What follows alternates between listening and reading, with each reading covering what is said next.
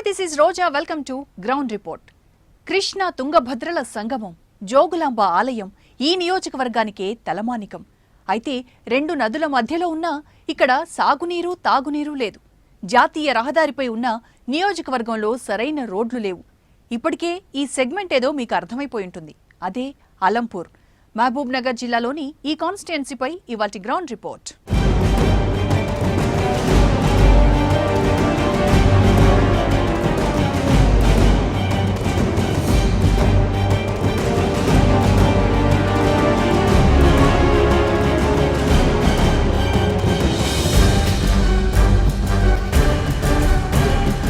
నమస్తే, నా పేరు విజయ్. ప్రస్తుతం ఆలంపూర్ నియోజకవర్గంలో ఉన్నాం.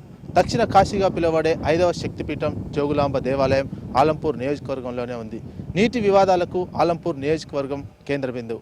రాయలసీమ తెలంగాణకు వివాదాస్పదంగా ఉండే ఆర్డీఎస్ కాలువ ఆలంపూర్ నియోజకవర్గంలోనే ప్రవహిస్తుంది.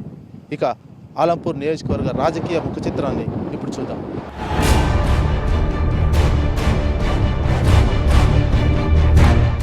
అలంపూర్లో ఏకంగా 9 మంది బ్రహ్మలకు గుడి కట్టారు.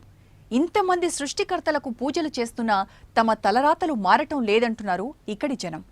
అరచేతుల్లో వైకుంఠాలను చూపించే మన నాయకులు ఎన్నికల వేళ అలంపూర్ వాసుల్ని ఎలా మభ్యపెడుతున్నారో చూసే ముందు ఓటర్ల వివరాలు తెలుసుకుందాం.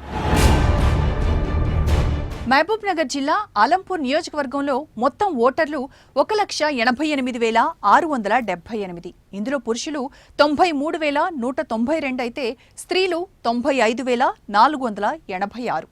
ఇక మండలాలు 5: ఐజా, ఇటిక్యాల, వడ్డేపల్లి, మానవపాడు, అలంపూర్.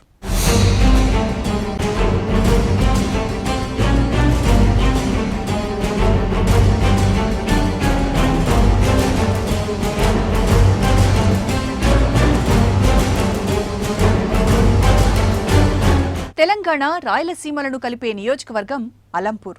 కృష్ణ తుంగభద్ర నదుల మధ్య విస్తరించుంటుంది. ఇక్కడి రైతులు వర్షాలపైనే ఆధారపడి పంటలు పండిస్తున్నారు. అలంపూర్ నియోజకవర్గ విశేషాలను తెలుసుకుందాం.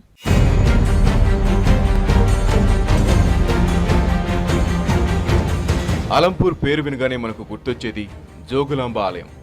అష్టాదశ శక్తిపీఠాల్లో 5వ పీఠంగా ఈ ఆలయం వర్ధిల్లుతోంది. ప్రపంచంలో ఎక్కడా లేని విధంగా ఇక్కడ నవబ్రహ్మ ఆలయాలున్నాయి. సుమారు 1600 ఏళ్ల కిందట ఈ ఆలయాలు నిర్మించినట్లు తెలుస్తోంది. ఆలంపూర్ కోటిలింగాలకు నిలయం.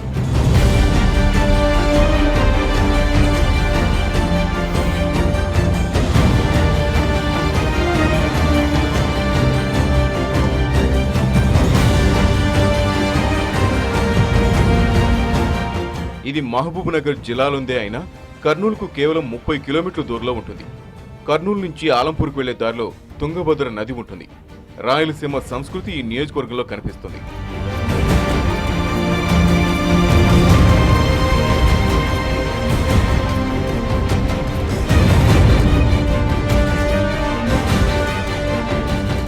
ఆలంపూర్ నియోజకవర్గంలో మొక్కజొన్న, కందులు, వరి, మిరప, ఆముదాలు, పప్పు శనగ, వేరుశెనగ, పొగాకు, జొన్నలు ప్రధాన పంటలు. ప్రధానంగా వర్షాలపైనే ఈ నియోజకవర్గ ప్రజలు ఆధారపడ్డారు.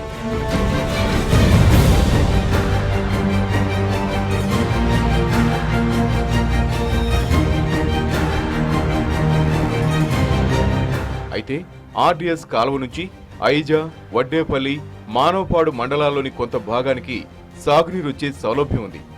జూరాల కుడి కాలువ కింద ఇటిక్యాల మండలంలో కొంత ఆయకట్టు ఉంది. అయితే ఆలంపూర్లోని చివరి ఆయకట్టుకు దశాబ్దాలుగా సాగునీరు అందట్లేదు. ఐజా, ఆలంపూర్ చౌరస్తాలో మార్కెట్ యార్డులు ఉన్నాయి.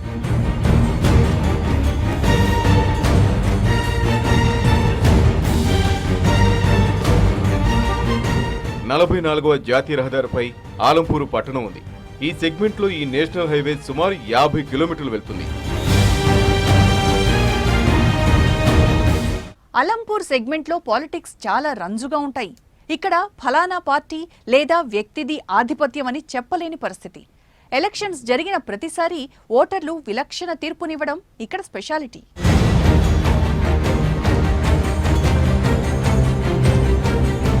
ఆలంపూర్ నియోజకవర్గానికి ఇప్పటి వరకు 14 సార్లు ఎన్నికలు జరిగాయి. కాంగ్రెస్ ఐ కలిసి 7 సార్లు, బీజేపీ 3 సార్లు, టీడీపీ 2 సార్లు, జనతా పార్టీ ఓసారి గెలిచాయి. ఓ ఇండిపెండెంట్ కూడా ఇక్కడ విజయం సాధించారు.